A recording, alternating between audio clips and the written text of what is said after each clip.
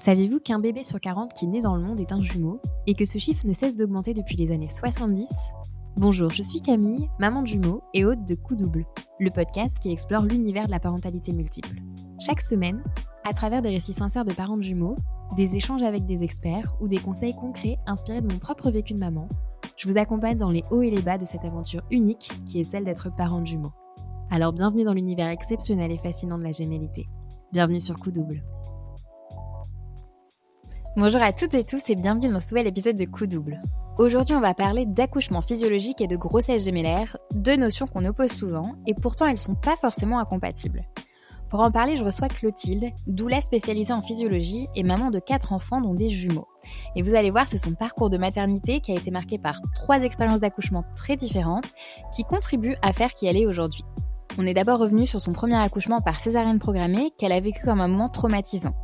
Puis sur son deuxième accouchement à domicile assisté par une sage-femme, et enfin sur la naissance de ses jumeaux à domicile également, mais cette fois sans assistance médicale.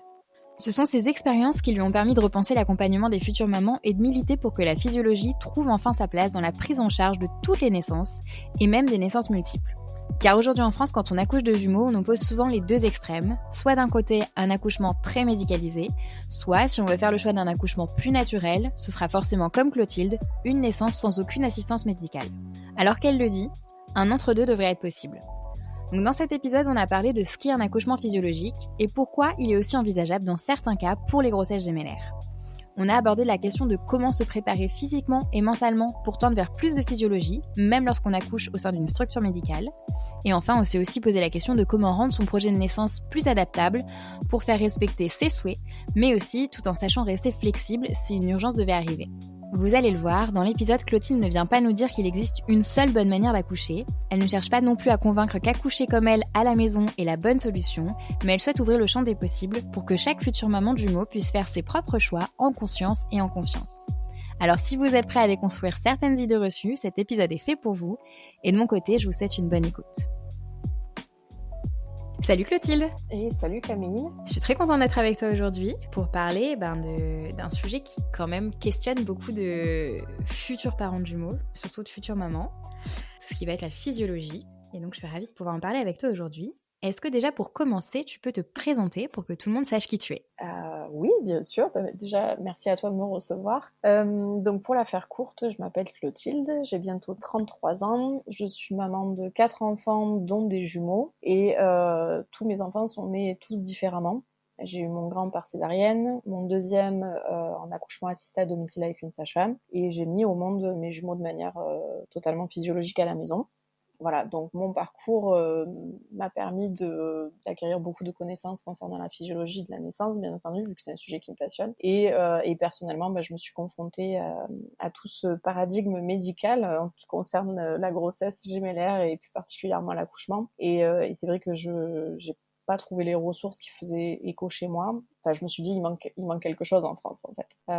On voit qu'il y a beaucoup de choses qui sont faites à l'étranger et les informations que j'ai pu trouver, c'était beaucoup ailleurs, en fait.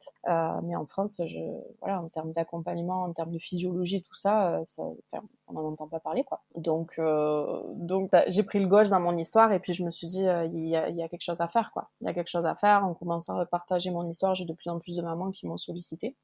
Et puis voilà, j'en ai fait mon métier, quoi. Justement, on va reparler de tout ça, on va évidemment reparler de ton histoire et puis de ce que, voilà, comme tu dis, ce que toi t'as appris et ce que tu peux nous partager aujourd'hui. Mais déjà, pour commencer, est-ce que tu peux nous dire ce que c'est que l'accouchement physiologique? Quand on parle de physiologie, qu'est-ce que c'est? Alors, déjà, il faut différencier accouchement physiologique d'accouchement naturel.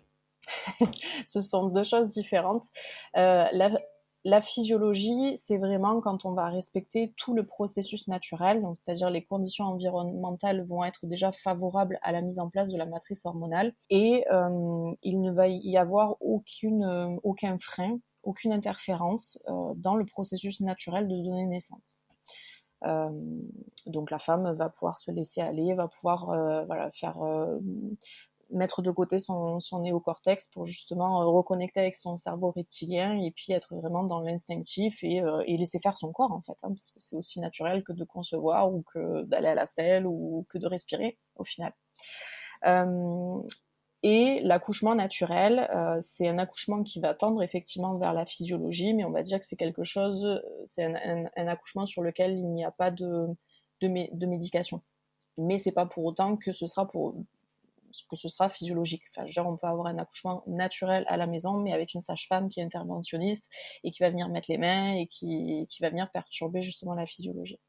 Est-ce que c'est uniquement pour l'accouchement ou aussi déjà dès la grossesse, on peut parler de grossesse physiologique, etc. Bien sûr.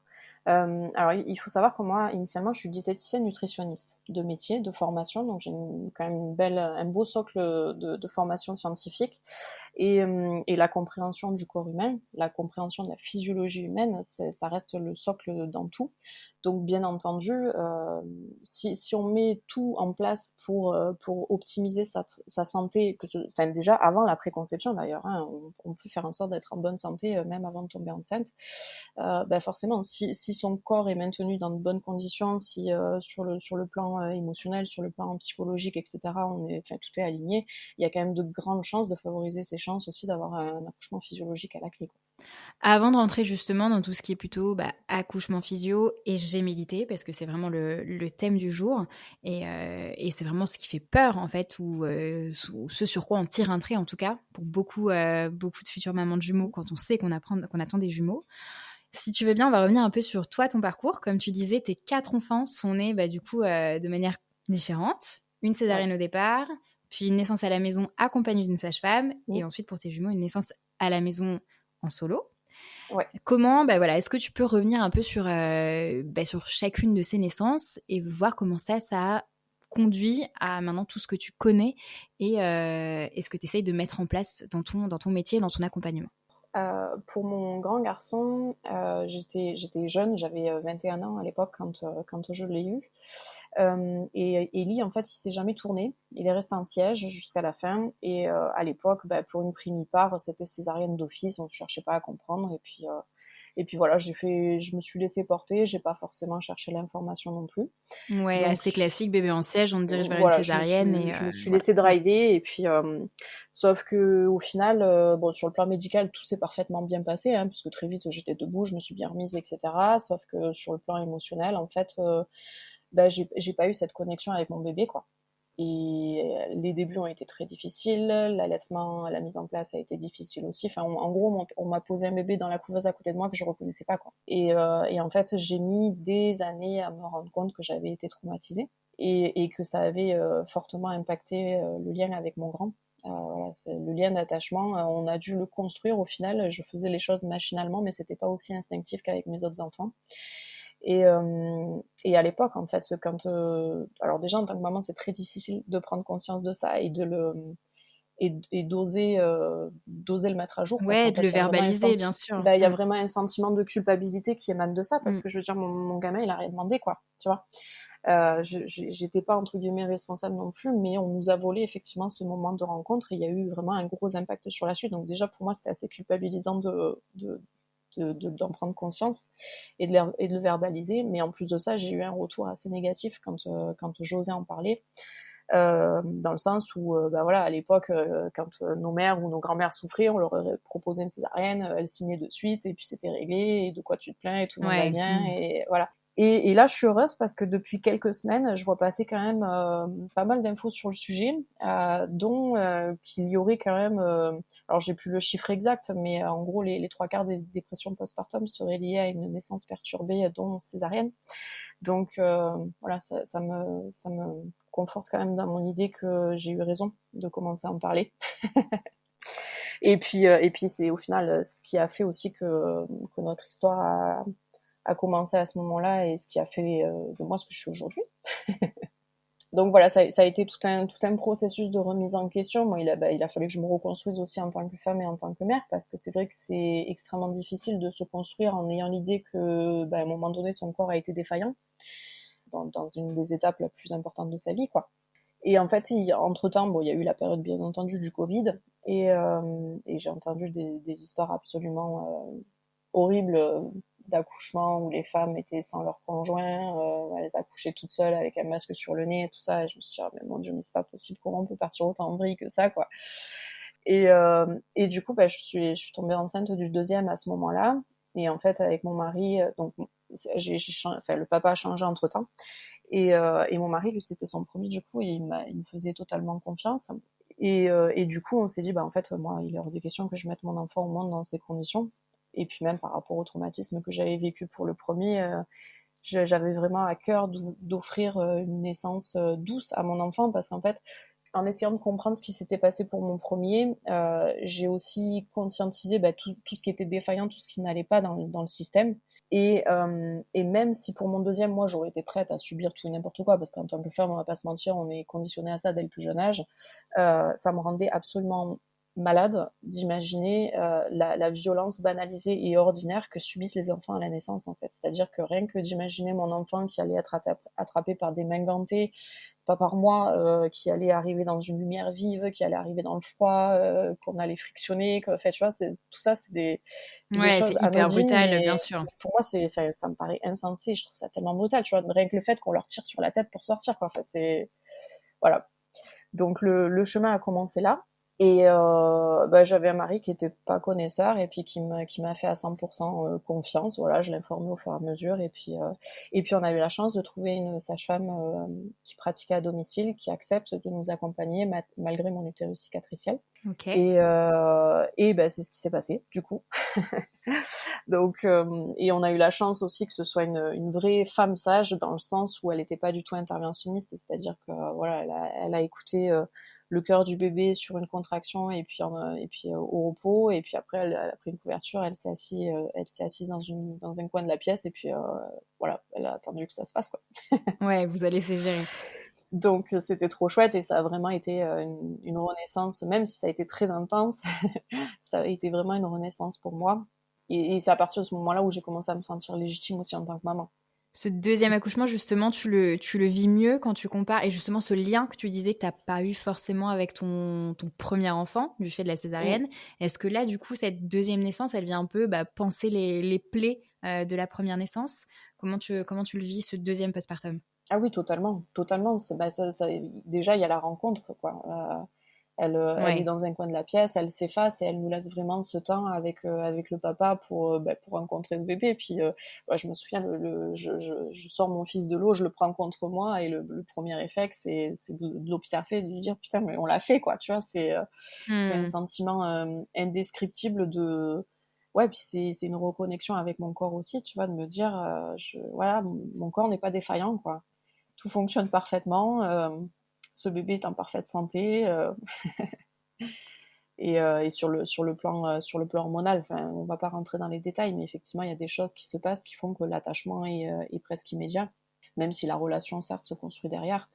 Mais déjà, il y a l'essentiel qui se passe, il y a ce qui est prévu par la nature qui fonctionne merveilleusement bien quand c'est pas perturbé, et forcément, ça facilite grandement la suite des événements, quoi. C'est Donc, ça, c'est que ton corps a le temps, vu que tout se met en place naturellement et que tu suis ton corps a le temps de comprendre en fait tout le processus de la naissance, et c'est pas quelque chose qui est provoqué et qui est brutal et qui fait que soit ton corps, soit même le bébé, comme tu disais, ne comprend rien à ce qui se passe. c'est ça, Et ça vient c'est tout ça. dérégler, tout chambouler. C'est ça, donc ça a été une grosse renaissance, mais en même temps, ça a été, enfin, j'ai eu une partie de moi que ça a été quand même assez violente, parce que j'ai encore plus conscientisé ce qui s'était passé pour mon premier et ce que j'avais pas su lui offrir, en fait. Donc ça a Ouais, été un ça, petit ça peu t'a à culpabilisé double de nouveau tranchant. par rapport à ton aîné. Ben ouais, parce que je me suis dit, voilà, si notre relation elle en est là, c'est aussi peut-être parce que justement on n'a pas eu ces moments essentiels qui font que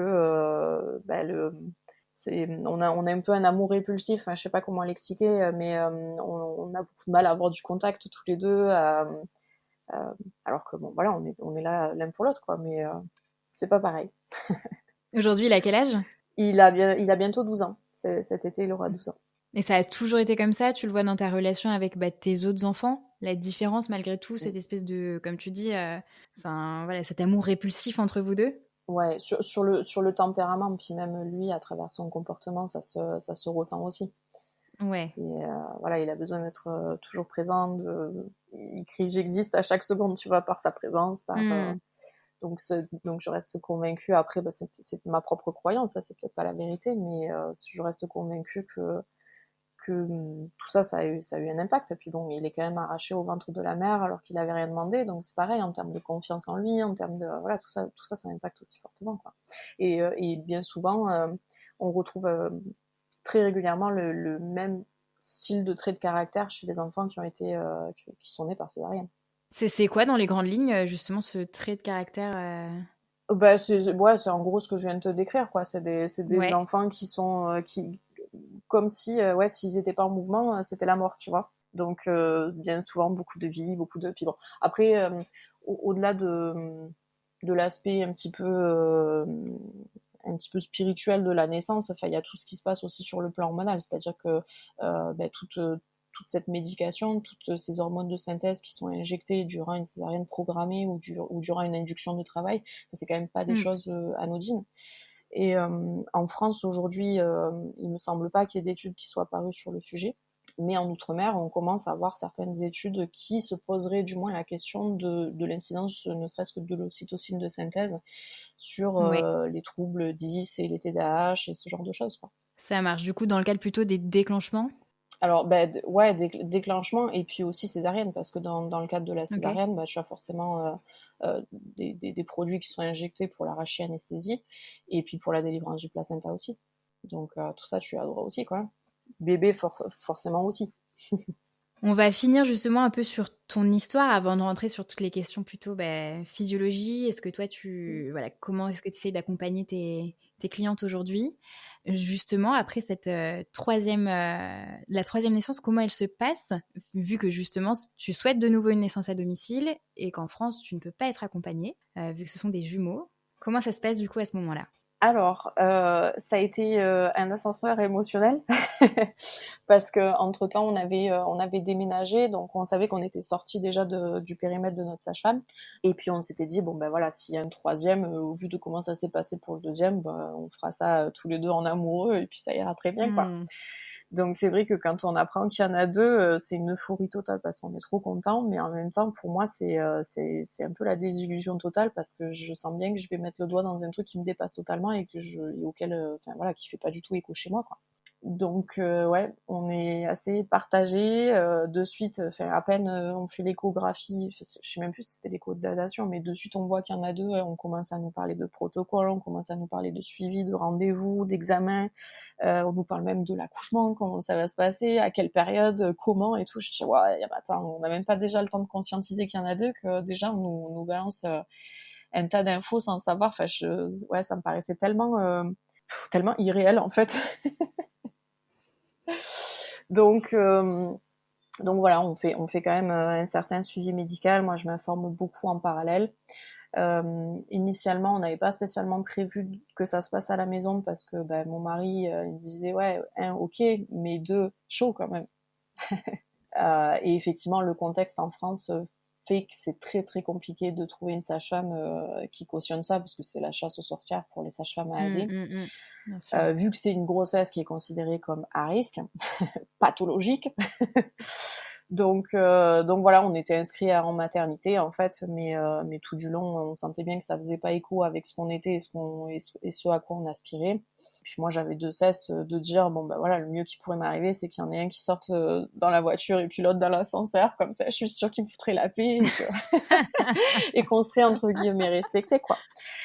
Voilà. Et puis bah au final, ça s'est mieux passé encore que prévu, c'est-à-dire que bah, j'ai géré mon travail à la maison.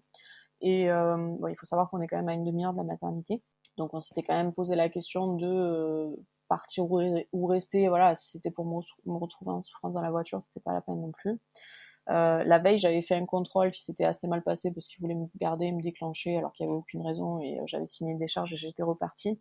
Donc je pense que ça nous a aussi bien motivés à rester un peu plus longtemps chez nous. Et puis bah, au final, j'étais bien et mon mari m'a jamais posé la question. Et puis au final, ils sont nés à la maison, quoi. Donc jusqu'au bout, vous êtes quand même laissé la porte ouverte d'éventuellement avoir la solution de repli, aller à la maternité. Mais au Oui, final, vu que tout à tout se fait. passait bien et tout a suivi son cours, bah, vous avez poursuivi à la maison.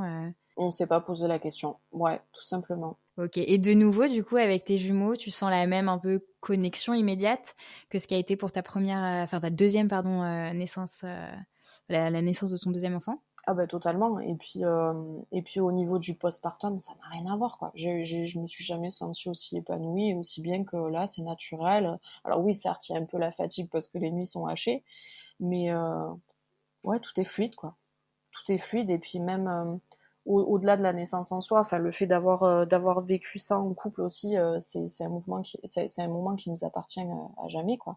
Et ça a aussi scellé notre couple et ça va bien au-delà du simple vécu. Enfin, ça a eu un impact aussi sur notre intimité, sur notre connexion, sur enfin on sous-estime beaucoup trop en fait l'importance de ce moment et on banalise ce truc comme voilà, bah, c'est la fin d'une grossesse, mais en fait non, c'est aussi le début de plein d'autres choses.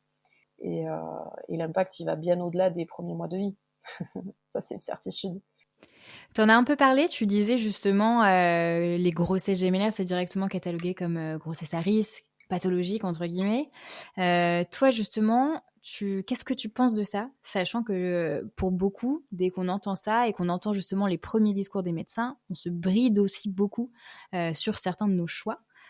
Justement pour ce qui va être de la grossesse, de l'accouchement, etc. Toi, qu'est-ce que tu penses de voilà, cette étiquette de grossesse à risque?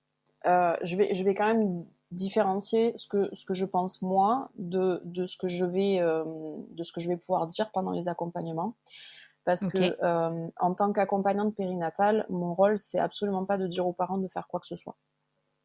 Mon rôle, Ouais, c'est tu ne vraiment, en choisis fait, pas à leur place et tu pas les du tout. aiguilles pas vers l'une ou l'autre Pas du des tout. Et solutions, c'est ouais. pour, voilà, et c'est pour ça que je vais pas leur dire, bah, faites comme moi. Là, enfin, l'objectif de partager avec toi aujourd'hui, c'est pas du tout de dire aux gens de faire comme moi.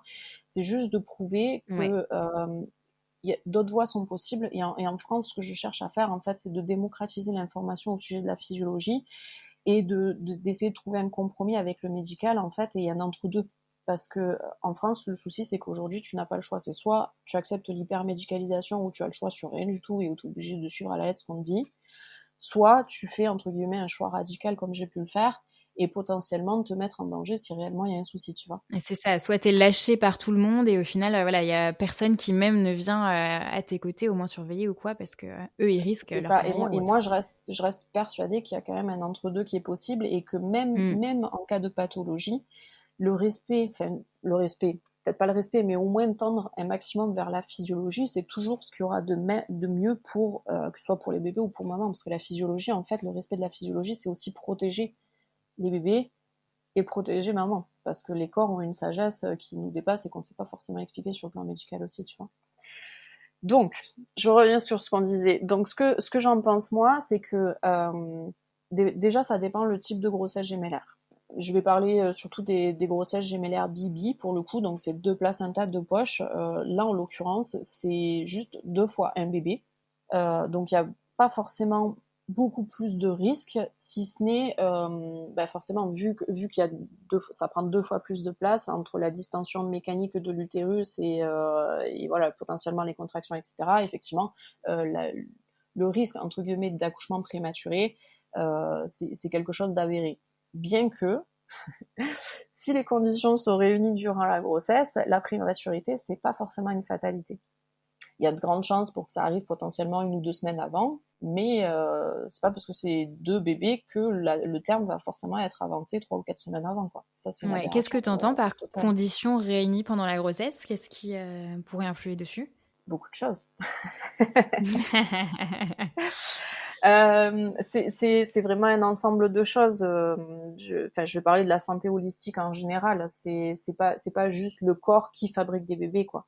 Il y a ce qu'on va manger qui va effectivement avoir une incidence sur sur notre santé générale. Il va y avoir l'hydratation, il va y avoir le sommeil, et bien entendu, il va y avoir toute la sphère émotionnelle et psychologique.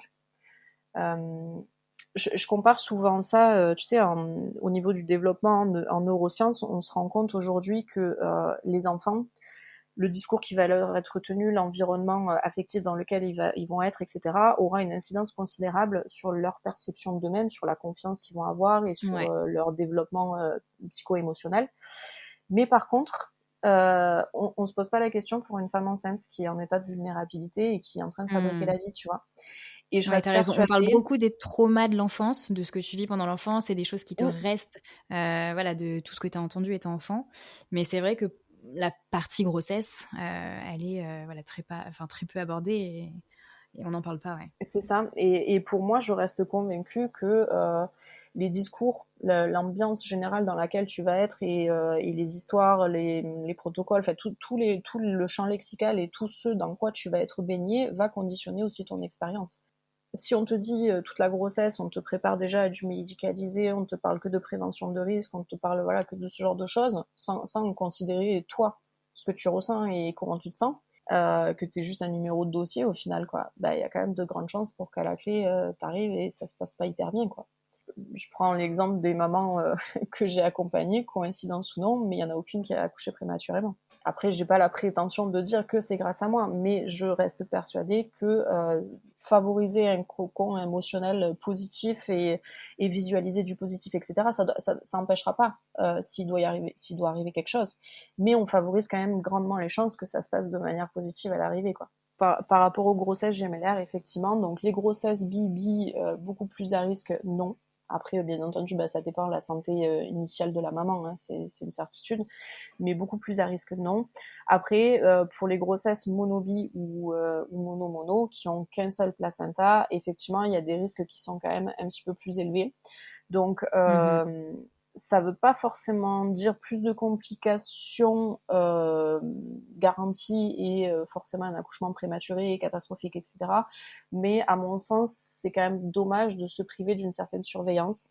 Il y en a peut-être un petit peu trop, à mon goût, mais je trouve que c'est quand même dommage, enfin, ne serait-ce que pour ne pas citer le syndrome enfin, transfuseur-transfusé. Ouais. Ça, c'est vrai qu'aujourd'hui, ça peut être quand même assez facilement décelé et ça peut être corrigé aussi si nécessaire. Donc ouais, c'est effectivement l'un des principaux risques. Après, il y a beaucoup de pathologies de la naissance qui en fait n'en sont pas si l'hygiène de vie est correcte derrière. Enfin, je pense notamment à la prééclampsie, on fait flipper les mamans avec ça et voilà, c'est l'excuse à beaucoup déclencher et beaucoup médicalisé, mais en fait, comment dire, l'une des principales préventions de la prééclampsie, c'est l'alimentation en fait. Donc il y a beaucoup de choses qu'on peut faire en amont pour justement prévenir toutes les apparitions potentielles de ce qui pourrait advenir, quoi. Après, effectivement, si Hmm. c'est bah, le syndrome du transfuseur transfusé, là, on peut pas faire grand-chose, quoi. C'est la nature qui l'a voulu comme ça et ça, mis à part agir médicalement, et c'est là que c'est chouette en fait. C'est là, Dieu merci, la médecine existe. C'est ça C'est l'objectif, c'est sûr. de Ouais, vivre ouais, les ouais. choses au maximum naturellement et puis effectivement, s'il y a besoin, c'est cool, voilà, c'est là quoi. Ouais, complètement. Si on en revient justement plutôt l'accouchement physio, déjà quand une personne, enfin quand une femme est enceinte de jumeaux, comment est-ce qu'elle peut s'y préparer, essayer d'envisager cet accouchement physio, même si voilà, ce sera pas forcément un accouchement à la maison, parce que comme tu dis, tu peux pas non plus toi être porteuse de ce discours-là Pas et du tout, et forcément c'est élever pas dans ma cette voie, volonté. mais comment éventuellement s'y préparer et en tout cas se préparer à toutes les options, comme voilà, t'essayes de le porter toi. Alors, je vais parler pour les mamans que j'accompagne, ce sera quand même beaucoup plus simple. Donc Oui. les familles que j'accompagne, l'objectif c'est effectivement de les préparer à un maximum d'éventualités, de voir ensemble, fonction des scénarios qui pourraient advenir, comment, même malgré les imprévus, on peut faire pour favoriser un maximum la physiologie et le fait que ça se passe de manière positive, en fait. Et le Mhm. fait d'avoir tout ce panel de possibilités et d'avoir étudié tout, ben, on peut être beaucoup plus serein. Et puis si ça arrive, enfin voilà, anticiper n'empêche pas le risque non plus. Donc autant le vivre de manière positive. Et puis ben voilà, si ça arrive, on avise à ce moment-là. Mais je pense que vraiment le fait de ne se fermer aucune porte, déjà, c'est vraiment important parce que effectivement, dans la grossesse gémellaire, encore plus que pour une grossesse simple, l'inconnu est quand même beaucoup plus présent, quoi.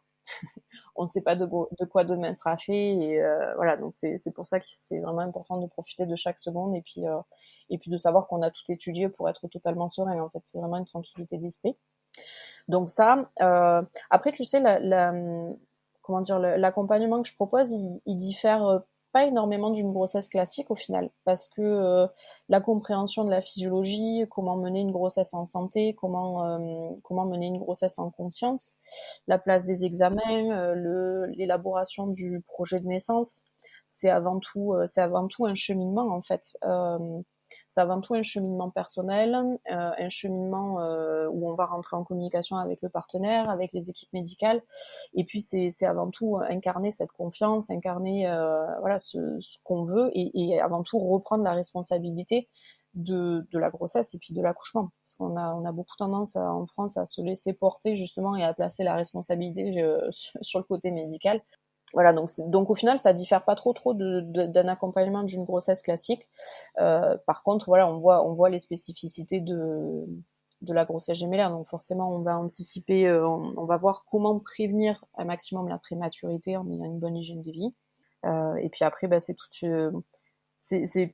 presque plus une préparation mentale au final, reprogrammer son esprit en fait, en retrouvant confiance en son corps et retrouver conscience, ça passe par comprendre comment fonctionne son corps. On voit aussi bien entendu comment se préparer pour la maternité, quel est comment dire, favoriser un bon état d'esprit pour rentrer en communication aussi avec le personnel soignant.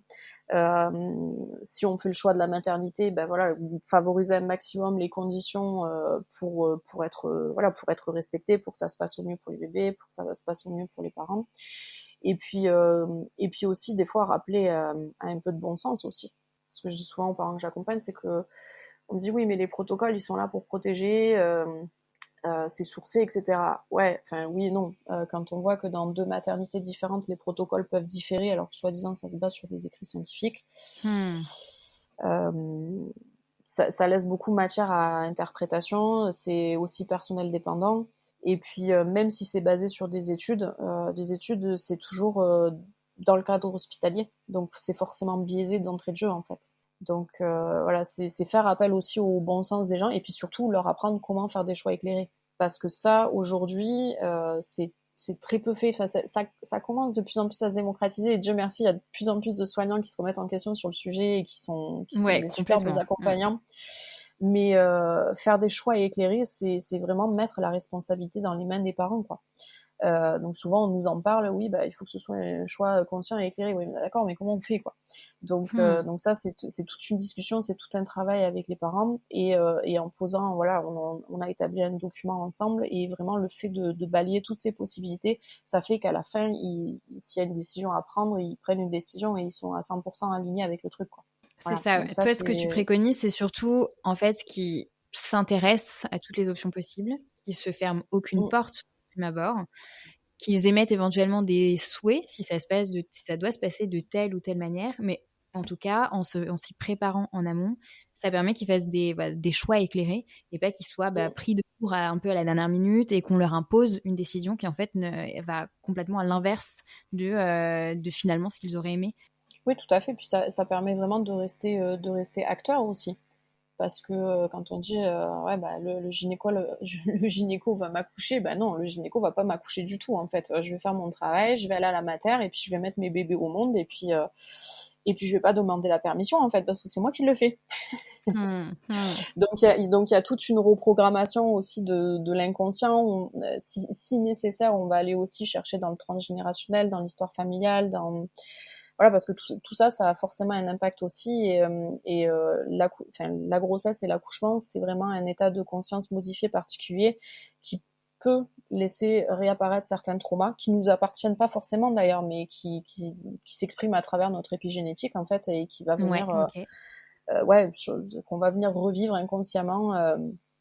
Donc on peut travailler là-dessus aussi. Justement, on parle des souhaits et des choix vis-à-vis de l'accouchement ou même de la manière dont ça peut se passer. Le jour de l'accouchement, comment est-ce que un couple, ou en tout cas une maman, peut communiquer et défendre aussi auprès de l'équipe médicale tous ses souhaits, alors qu'en face, elle peut avoir une équipe qui a des réticences. Comment est-ce qu'elle peut leur faire part de ce qu'elle souhaite? Alors, c'est délicat parce qu'une femme qui est en travail, elle est dans un état de conscience modifié et si on veut effectivement Mhm. que ça se passe au mieux, il faudrait pas du tout qu'elle soit sollicitée. Donc, le travail, dans l'idéal, il devrait être fait en amont. Donc c'est là que c'est intéressant d'établir un projet de naissance. Alors pas tant pour le distribuer aux équipes, parce que clairement, dans les 3 quarts du temps, ils s'en tapent, hein, on va pas se mentir. Mais c'est surtout voilà pour tâter le terrain, pour voir un petit peu ce qui se fait, ce qui est possible, ce qui est pas possible, ce qu'on peut négocier, ce qu'on peut pas du tout négocier. Et puis, c'est aussi une manière d'inclure vraiment la moitié, donc le ou la conjointe, enfin peu Ouais, importe les la personne coparents. qui accompagne, parce que cette personne-là va vraiment avoir un rôle central dans le fait de protéger la maman, de protéger son néocortex en fait de toute sollicitation extérieure qui pourrait justement venir perturber le processus physiologique. Donc c'est vraiment ce rôle de protection, ce rôle de ouais, il va venir porter, enfin il ou elle va venir porter l'espace. Et ça c'est extrêmement important que ce soit fait un minimum en amont et que le coparent soit vraiment intégré à tout ça en fait pour pouvoir rentrer en communication éventuellement avec les équipes si c'est nécessaire. Et puis, comme on disait, lors de l'accompagnement, il y a tout un cheminement qui se fait sur le projet de naissance, pas tant pour le rédiger, mais surtout pour l'incarner, en fait. Et tu vois, c'est rigolo parce que j'en parlais avec des parents que j'ai accompagnés hier soir, et on disait que forcément, si tu es dans le ressenti de ton corps, si tu as appris comment ça fonctionnait, si tu es totalement en confiance et que tu arrives là-bas et que en fait tu demandes rien à personne, que tu sais, tu fais et puis t'es dans ta bulle et puis forcément les équipes auront moins de matière, si tu veux, à intervenir et à te dire quoi faire et machin. Si tu vois, enfin, tu peux pas aider quelqu'un qui a pas besoin d'être aidé. Tu vois ce que je veux dire? Donc, c'est aussi important de l'incarner pleinement. Alors que, si tu es pas trop sûr de toi, si tu sais pas, si tu vas demander est-ce que je peux, est-ce que, tu vois, de suite, ça change aussi l'entrée en La position communication de qu'il y force a en un peu et face. le rapport et bien sûr. Voilà. Après, je cautionne pas forcément ce qui se passe dans le milieu médical, mais par contre, l'accompagnement que j'offre aux parents, c'est vraiment de visualiser ça comme deux mondes en fait qui sont côte à côte, qui n'ont pas forcément la même réalité, qui se comprennent pas forcément, mais sur lequel on peut quand même trouver un terrain d'entente.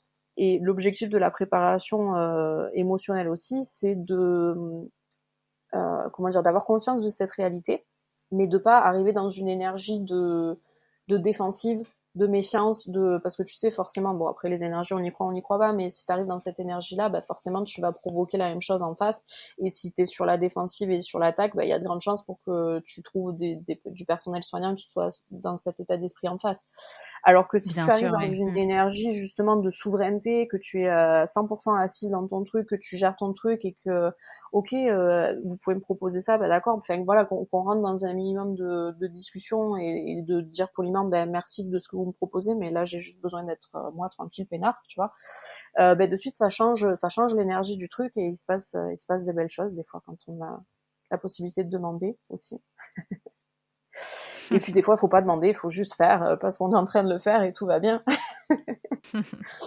Après, c'est sûr que la démarche ne sera pas la même si mon travail se lance à 34 semaines et si mon travail se lance alors que je suis à terme. Et voilà, donc, comme je le dis souvent, mon travail serait lancé à 35 semaines.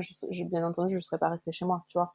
Bien sûr, Donc, ouais, ouais. y a aussi du bon sens à avoir, bien que même si l'accouchement se déclenche de manière prématurée, même si il y a une césarienne qui est programmée pour X ou Y raison, il y a toujours, toujours, toujours possibilité de tendre un maximum quand même vers la physiologie, et c'est toujours la meilleure des choses à faire en fait. Donc, Justement, en cas de césarienne, comment est-ce qu'on peut, parce qu'il y en a beaucoup qui culpabilisent aussi par rapport à ça, de devoir tirer un trait sur un accouchement plus naturel et d'être dirigé vers des césariennes, comment est-ce qu'on peut malgré tout essayer d'être le plus naturel possible malgré la césarienne et l'acte médical? alors ça c'est une discussion à avoir en amont aussi avec l'équipe de soignants. L'idéal pour l'adaptation des bébés, c'est de favoriser une césarienne en cours de travail. Ça, c'est pas moi qui le dis, c'est Michel Audin, parce que OK, les bébés ont le temps de libérer leur surfactant, etc. Leur pic de cortisol aussi, qui leur permet vraiment d'être parfaitement prêts pour l'adaptation aérienne. Mais voilà, c'est pas toujours possible. Donc, en cas de césarienne programmée ou qui doit être programmée d'urgence, il y a quand même une discussion à avoir en amont avec le personnel de manière à ce que ça se fasse dans le plus de douceur possible. On peut demander les lumières tamisées, on peut demander de la musique, on peut demander à avoir éventuellement de l'acupression ou de l'acupuncture. Je sais qu'il y a certains endroits où ça se fait, de la sophro. On peut demander à ce que le ou la partenaire soit présent, bien entendu. On peut demander à baisser le champ et pouvoir attraper ses bébés si c'est possible. On peut demander du pot à pot. Enfin, il y a énormément de choses à faire. On peut demander aussi à pousser, même si certes ça sort par le ventre, mais on peut demander à être un minimum acteur et il y a de plus en plus d'endroits où Mhm. ça se fait. Donc, ouais, il y a toujours possibilité de faire plein de petites choses pour adoucir ce moment-là et faire en sorte, du moins, qu'on tende le plus vers la physiologie possible, quoi. Si on parle maintenant justement d'un accouchement, bon certes, à l'hôpital, mais sans péridurale, parce que c'est aussi à la base le souhait de beaucoup de futures mamans. Oui, Comment est-ce que alors déjà, est-ce que alors je pense connaître la réponse, mais est-ce que c'est possible? Est-ce qu'en milieu médical, on autorise des, futurs parents de jumeaux pour un accouchement, sans péridurale ou non? Parce que je sais qu'il y a quand même parfois des petites réticences. On nous parle justement de, grande extraction et cetera. Est-ce que tu peux, toi, nous parler un peu de tout ça? démêler un petit peu tout ça. Mmh. Alors là, je vais pas forcément me faire des amis, je vais aller cash, je mettrai un gros coup de pied dans la fourmilière. Mais en fait, personne n'autorise personne. C'est-à-dire que Ouais. les protocoles, aussi bien établis qu'ils soient, en fait, bien souvent les protocoles c'est pour des risques médico-légaux, pour des risques d'assurance, voilà, de protection de l'hôpital. Mais on ne tient pas forcément compte de l'évolution des connaissances scientifiques et même du bon sens parfois. Et dans tous les cas, les protocoles, aussi bien établis qu'ils soient, ne sont jamais, je dis bien jamais, au-dessus du consentement éclairé du patient. Voilà, de la Mmh. patiente en l'occurrence. Donc, même si dans certains endroits on vous dira oui, la péridurale est obligatoire, non, ça c'est un abus de langage, un abus pur et simple. La péridurale est fortement conseillée parce que c'est beaucoup plus confortable pour eux d'intervenir derrière, mais n'est Ouais. absolument pas obligatoire. Après, c'est sûr que dans 90% des cas, un accouchement gémellaire, s'il n'est pas prévu par césarienne, il sera déclenché. Donc, sachant que c'est un travail qui est induit par ocytocine de synthèse la plupart du temps, c'est des contractions qui sont pas naturelles. Donc, sur le plan physiologique, il n'y a pas la sécrétion d'endorphine qui rend les contractions supportables. Donc, ça va être beaucoup plus violent pour les bébés qui vont être la plupart du temps comprimés. Si en plus de ça, on leur a rompu la poche des os, il y a de grandes chances qu'ils se retrouvent entre guillemets en souffrance. Et la maman, Mmh. vu qu'elle a beaucoup de mal aussi à gérer ses contractions, elle va plus facilement demander une péridurale. Voilà, sachant qu'il y a, si c'est déclenchement, il y a aussi un monitoring en continu, donc elle peut être elle sera forcément moins mobile aussi. Enfin voilà, c'est tout un truc qui, si tu veux, qui se déclenche derrière et qui fait que forcément, au plus on médicalise et au plus on a besoin de médicaliser derrière, quoi. Mais en soi, non, on peut enfanter de manière tout à fait naturelle et sans avoir besoin de tout ça derrière. Et si toutefois il y a besoin en cours de travail, il est toujours temps de poser une rachie s'il y a besoin de partir en sérène pour le deuxième, par exemple. En réalité, si on essaye d'agir le moins possible, les raisons d'intervention sont très très très rarement d'urgence absolue dans les 2 secondes à venir. Voilà, il y a toujours un laps de temps quand même pour prendre une décision ou pour agir derrière. Je vais prendre un exemple tout simple. Une maman qui va accoucher de manière physiologique pour des jumeaux. Alors d'ailleurs, en passant, je précise quand même que bien souvent pour des jumeaux, quand on respecte la physiologie, ça va beaucoup plus vite que prévu, contrairement à ce qu'on croit. Mais voilà, une maman qui va pouvoir gérer son travail de manière physiologique, déjà, elle va se mobiliser. Donc les contractions vont être efficaces, les poches des os vont la plupart du temps être intactes, donc vont pouvoir venir amortir, que ce soit sur les bébés, sur les cordons, sur les tissus. Le fond utérin va petit à petit se construire, voilà, pour rendre les contractions efficaces et puis pour pousser les bébés vers la sortie. Et puis elle va être vraiment en connexion avec son corps aussi, donc elle va pouvoir se positionner de manière à être elle plus confortable, à libérer ses artères, Mmh. à venir voilà beaucoup mieux irriguer les placentas, à guider ses bébés vers la sortie aussi. Donc même si en cours de route, effectivement, par malchance, le deuxième bébé s'est mis en hamac dans le ventre ou quoi, il y a toujours possibilité de poser une rachie à ce moment-là. C'est très très rarement urgence vitale. Par contre, effectivement, si une maman on a commencé à induire le travail, qu'on lui perce la poche des os et que les bébés sont pas, enfin le premier bébé ou le deuxième bébé n'est pas encore engagé, mais que le cordon passe en premier, là effectivement c'est urgence vitale parce que procidence du cordon et du coup nécessité de césarienne en code rouge pour faire naître ce bébé de toute urgence. Donc ça c'est pareil pour en revenir à l'histoire de la grande extraction parce que c'est vraiment l'argument numéro 1 pour coller les mamans sous Exactement, ouais. péridurale. La grande extraction, il y a quand même de grandes chances qu'elle soit aussi favorisée par une péridurale, par un monitoring en continu et par une mobilité totalement réduite par la maman. Voilà, le deuxième, il se retrouve dans un grand bain, forcément, la maman, elle a les 4 fers en l'air, elle est totalement immobile, la plupart du temps, elle a beaucoup moins de sensations. Comment tu veux Ouais. Du que coup, il le bébé descend pas. trouve la Ouais. sortie et comment tu veux Mm, qu'elle puisse être connectée à ses sensations pour le guider vers la sortie aussi. Voilà, puis ce bébé-là, on lui laisse pas le temps aussi de se positionner, donc oui, forcément, ça favorise les chances quand même d'avoir une grande extraction. Alors que, après, je dis pas que pour un accouchement physiologique, ce sera pas nécessaire. Attention, c'est pas ce que je dis. Mais on limite quand même les chances d'y avoir recours. Parce que justement, la maman sera connectée, elle va sentir que les contractions se remettent en place, que peut-être elle a besoin de lever la jambe droite pour guider le deuxième bébé à se positionner et à se présenter dans le bassin. Et puis, euh, et puis ça c'est pareil, on laisse en général très peu de temps au deuxième pour se placer.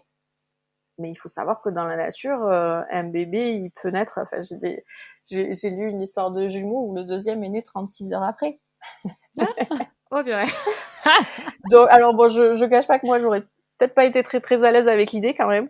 Hmm. Mais voilà, mais c'est très courant d'avoir 1 à 2 heures entre les deux bébés et c'est tout à fait ok. Après, bien entendu, ça nécessite peut-être une surveillance pour Une s'assurer que tout surveillance, est bien ok. sûr. Voilà, Hmm, hmm. tout est ok pour le bébé, mais voilà. Et ça c'est pareil. Souvent, la grande extraction, c'est vraiment quelque chose qui est pratiqué presque sans réfléchir et qu'on questionne pas en fait. Alors, ce que disent les études, c'est que au-delà d'une demi-heure, il y a effectivement les risques de mortinatalité augmentent pour le deuxième bébé. Donc ça, c'est un fait. Alors après, j'ai plus les Ouais. chiffres, mais c'est pareil, de quel pourcentage ça augmente. Mais il y a des maternités qui vont atteindre 5 minutes, d'autres 15 et d'autres qui vont aller jusqu'à une demi-heure. Ça prouve bien en fait qu'il n'y a pas il y a pas d'uniformité dans les prises en charge et ça doit pas être une fatalité en fait. Ça doit pas être la première intention de suite d'aller chercher. On peut attendre, mais une fois de plus, voilà, le fait d'être un maximum dans de bonnes conditions et d'être libre de ses mouvements, ça va quand même favoriser grandement les chances que le deuxième se présente comme il devrait, quoi. En fait, ce que je comprends bien, c'est qu'à partir du moment où les premières interventions sont médicalisées, forcément, ça va faire effet boule de neige et tout va être Mm, hyper médicalisé. Alors que c'est si on ça. essaye de repousser au maximum, Mm, justement en restant le plus naturel possible jusqu'au point où il faut une intervention médicale, là, ça peut du coup permettre que l'intervention médicale soit minime par rapport à à ce qu'on aurait oui, eu si c'était médicalisé dès le départ. tout à fait, tout à fait. Et puis là, c'est pareil, les écrits scientifiques précisent bien que pour les bébés, c'est mieux de naître par voie basse. Donc, il vaut mieux favoriser toutes les chances que ça se passe bien et que ça se passe comme ça. Mais au-delà du fait de ne pas avoir d'intervention médicale, c'est aussi tout le contexte autour. C'est-à-dire que forcément, si on te vend un déclenchement, une péridurale, un monitoring en continu, un accouchement au bloc avec 10 personnes, ben, la maman, il y a quand même de grandes chances pour qu'elle synthétise de l'adrénaline, du cortisol et que du coup l'ocytocine, enfin voilà, elle va pas synthétiser l'ocytocine naturelle, elle va pas synthétiser les endorphines. Donc ça complique forcément la sortie des bébés parce que ça se passe pas comme ça devrait, quoi. Justement, si le jour J, tout se passe pas comme prévu, on avait prévu un accouchement plus naturel et finalement, c'est pas possible ou, on voulait, pas de péridurale, au final, on demande à ce qu'on nous pose la péridurale. Toi, quel conseil est-ce que tu peux donner après coup à une maman pour qu'elle garde quand même confiance, même si, elle a pas réussi à, suivre tout ce qu'elle aurait, souhaité, et tous les souhaits qu'elle avait émis, il y a peut-être un sentiment de déception, de culpabilisation? Ben c'est déjà tout un processus durant la grossesse Ouais. de vraiment prendre sa responsabilité, d'être pleinement souveraine de tout ça, mais tout en gardant en tête que effectivement on peut pas tout contrôler non plus. Et là, tu vois, on parlait de la péridurale, donc effectivement, le mieux c'est sans péridurale, mais il y a aussi la possibilité de trouver comment dire, de trouver des entre-deux avec l'équipe médicale. C'est-à-dire Mmh. que on peut aussi poser poser une péri à blanc, c'est-à-dire qui est branché à rien du tout. On peut poser aussi une péridurale ambulatoire. Enfin voilà, il y a quand même beaucoup de choses qui sont possibles de mettre en place, comme la poser, ok, mais le plus tard possible. Enfin, on peut vraiment rentrer en discussion avec les soignants. Et ce que je voudrais préciser aussi, c'est que bien souvent, j'ai des mamans qui viennent à moi et qui me disent ouais, mais non, ils me disent que c'est impossible. Alors là, je corrige tout de suite. Si les soignants disent que c'est impossible, c'est pas que c'est impossible, c'est que eux ne font pas. Tu vois, je pense notamment au premier bébé en siège, par exemple, quand on dit ouais, bah c'est impossible, machin. Non, c'est juste que lui ne fait Ouais. pas. Mais c'est tout à fait possible. Donc, il faut pas hésiter aussi à faire vos propres recherches, à aller voir l'information ailleurs et quitte à solliciter d'autres avis aussi. Où est-ce que justement, est-ce que toi, tu as des conseils un peu de ressources où, les futures mamans notamment peuvent, s'informer par rapport à toutes ces questions? Sujet délicat. Alors, il y a beaucoup d'écrits, beaucoup de récits, beaucoup de choses comme ça qui sont faits notamment aux États-Unis. Ouais, Donc voilà, il faut après avec l'intelligence artificielle, c'est quand même facile maintenant de pouvoir transcrire de si on traduire, parle pas ouais. Mmh. anglais, ouais voilà. Mais on peut trouver aussi des études avec des chiffres. Après, comme je te disais tout à l'heure, moi, ce qui me dérange un petit peu sur ces études, c'est que malgré tout, ces études sont toujours biaisées parce que c'est toujours, elles ont été faites dans un cadre hospitalier, donc pas forcément dans le respect déjà des conditions physiologiques qu'il faudrait pour la maman. Et puis en plus de ça, le postulat de base n'est pas précisé, c'est-à-dire qu'on a les chiffres, voilà, bah, il y a eu tant de césariennes, tant de ci, tant de ça, mais les chiffres de base sont, enfin, le postulat de base n'est pas précisé, c'est-à-dire qu'on ne sait pas si le travail de la maman a été induit ou si c'est déclenché naturellement, on ne sait pas si elle était sous péridurale, on ne sait pas s'il y a eu de l'ocytocine de synthèse, donc ça donne des chiffres, mais est-ce que réellement ils sont fiables? Après, j'en appelle au bon sens de chacun.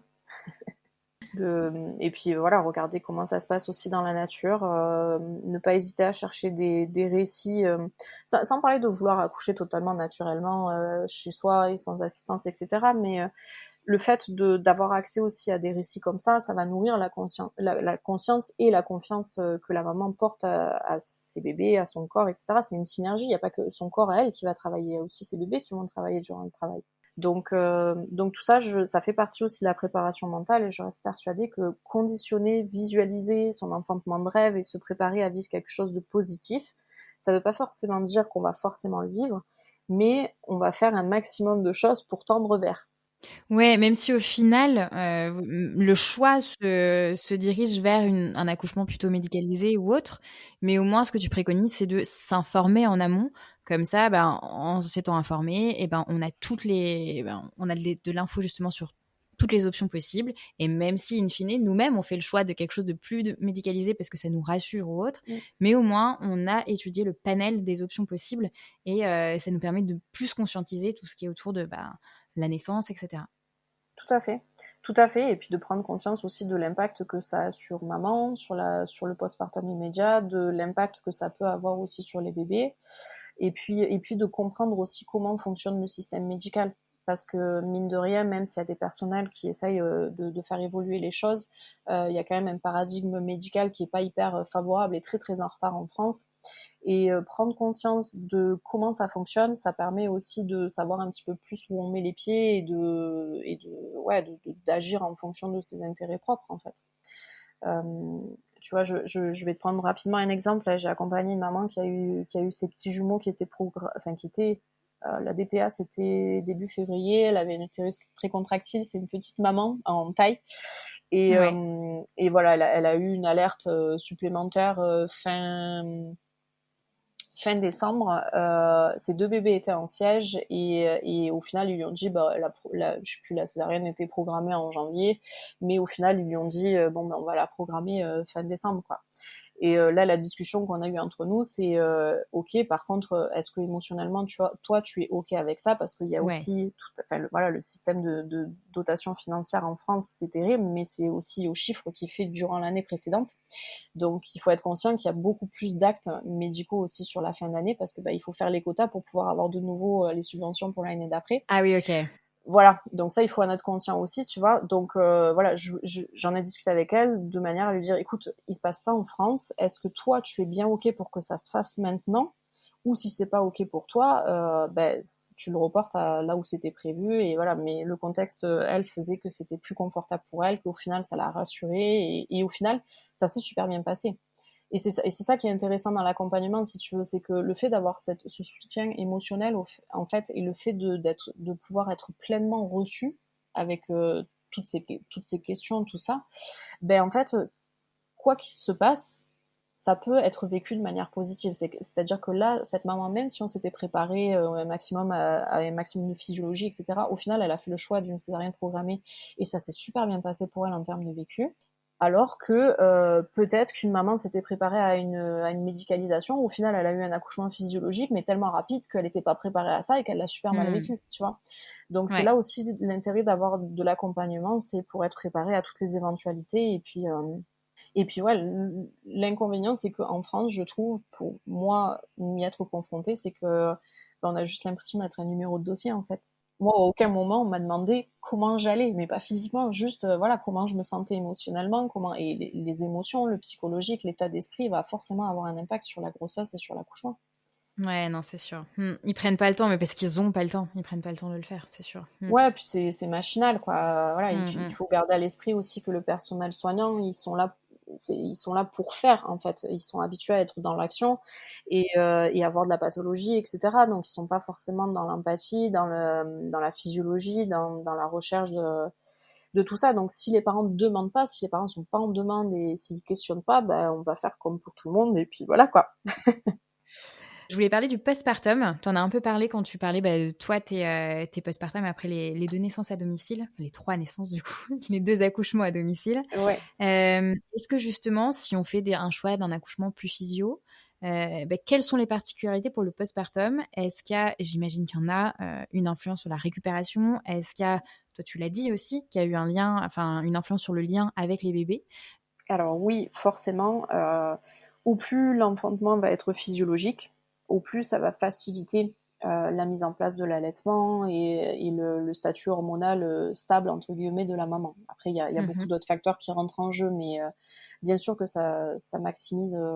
En fait, c'est surtout les quelques premières heures qui vont vraiment sceller la mise en place de l'allaitement, l'attachement, et donc ces heures-là, elles sont cruciales, en fait. Et dans l'idéal, les conditions, voilà, l'intimité, la pénombre, la chaleur, la sécurité, la tranquillité durant le travail devraient être maintenues aussi en postpartum pour la naissance du ou des placentas, et pour la connexion vraiment avec cet enfant. Après, ça ne veut pas dire que ce sera forcément évident par la suite, mais forcément, le message qu'on reçoit à ce moment-là, c'est bon, ben voilà, mon corps a fonctionné, je suis connectée à mes bébés, je suis connectée à mon corps, donc forcément, je vais beaucoup plus me faire confiance aussi, je vais faire confiance à mon instinct et à ce que je ressens, à ce que je sens de mes bébés par la suite, quoi. Le message, il est là. Après, c'est vrai que durant l'accompagnement, on parle aussi beaucoup de cette période-là, parce que c'est pareil, le suivi médical, on parle beaucoup de la grossesse, on parle beaucoup de l'accouchement, mais en fait, ce qui se passe après, en soi, on n'en parle pas beaucoup, quoi.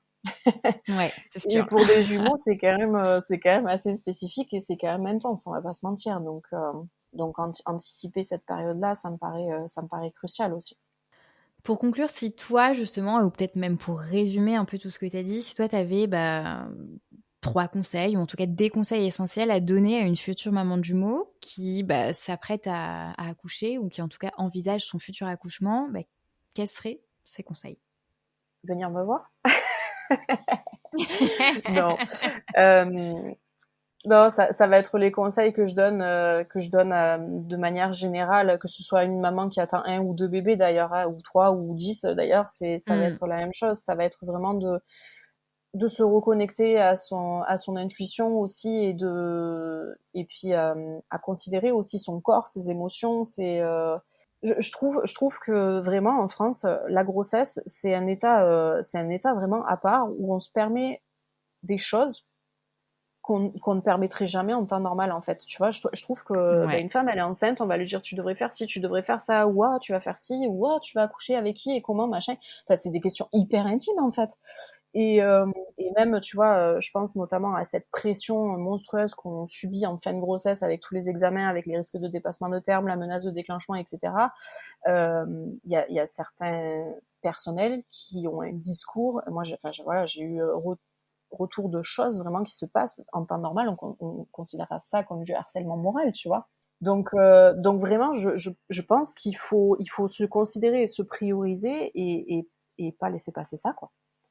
Depuis qu'on est toute jeune femme, c'est dans notre éducation, c'est inscrit aussi dans plusieurs générations face à la blouse blanche, on subit, on questionne pas, mais c'est avant tout reprendre sa souveraineté en tant que femme, en fait.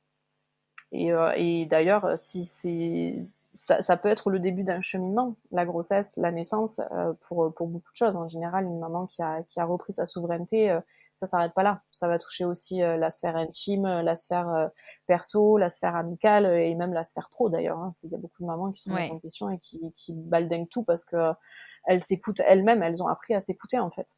Et elles sont plus dans le brouhaha général, tu vois, à écouter, oui, il faut faire ci, il faut être ça, il faut être comme ci, comme ça. Non, c'est bon. Je m'affranchis des dictats et des règles, et puis je me considère moi et mes envies avant tout, quoi. Mais t'as l'air d'être un bon exemple, en tout cas de bien incarner ce que là t'es en train de me dire. Justement, ton premier accouchement, très médicalisé, t'as suivi ce qu'on te disait. Pour les autres, tu t'es informé, tu t'es écouté. Et depuis, justement, même dans les autres sphères, moi je vois ta sphère pro, justement, tu suis ton propre chemin. Voilà, t'incarnes exactement ce que là t'es en train de me dire là sur la dernière phrase. Bah oui. Si je l'enseigne, il vaut mieux.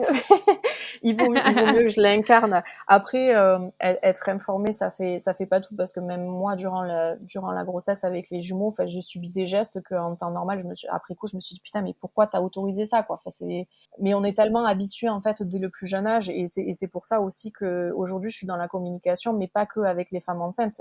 J'essaie de démocratiser l'information aussi pour nos filles, voilà. Mais j'ai des discussions avec mes nièces aussi vis-à-vis des visites chez le gynéco et tout, j'ai notamment une de mes nièces, sa mère lui a pris rendez-vous chez la gynéco parce qu'elle avait son premier chéri, ils avaient même pas eu de rapport encore. Elle me dit ouais, Tati, comment et tout. Je dis mais tu sais ma chérie, tu peux demander déjà à ce que maman reste dehors, et puis tu peux être juste dans la discussion et parler juste contraception, et il n'y a pas d'obligation d'examen et tout. Et elle savait pas qu'elle pouvait refuser, et tu vois, en fait c'est vraiment le consentement de manière générale, c'est l'intégrité physique, l'intégrité émotionnelle, et ça vraiment ça doit changer dès le plus jeune âge, en fait, parce que c'est dans les premières années aussi que tout ça se joue, quoi. Donc le sujet de la naissance, en fait, ça va bien au-delà juste de cette petite période. Il y en a beaucoup qui le disent, hein, changer la manière dont les bébés naissent, et vous changerez la face du monde. Ça, j'en reste convaincue. Parce que c'est pas que la naissance des bébés, c'est aussi la naissance d'une mère et des parents à ce moment-là. Alors voilà, cet épisode touche à sa fin et j'espère qu'il vous aura plu. Pour ne pas manquer le prochain épisode de Coup Double, n'oubliez pas de vous abonner au podcast. N'hésitez pas à nous laisser une note sur votre plateforme d'écoute préférée. Ça nous aide énormément à faire connaître Coup Double et à le faire grandir. Vous pouvez également nous rejoindre sur Instagram pour découvrir toutes nos autres ressources dédiées aux parents et futurs parents de jumeaux. De mon côté, je vous dis à la semaine prochaine. Et d'ici là, n'oubliez pas, chaque double naissance est une aventure unique, mais vous ne la vivrez pas seule.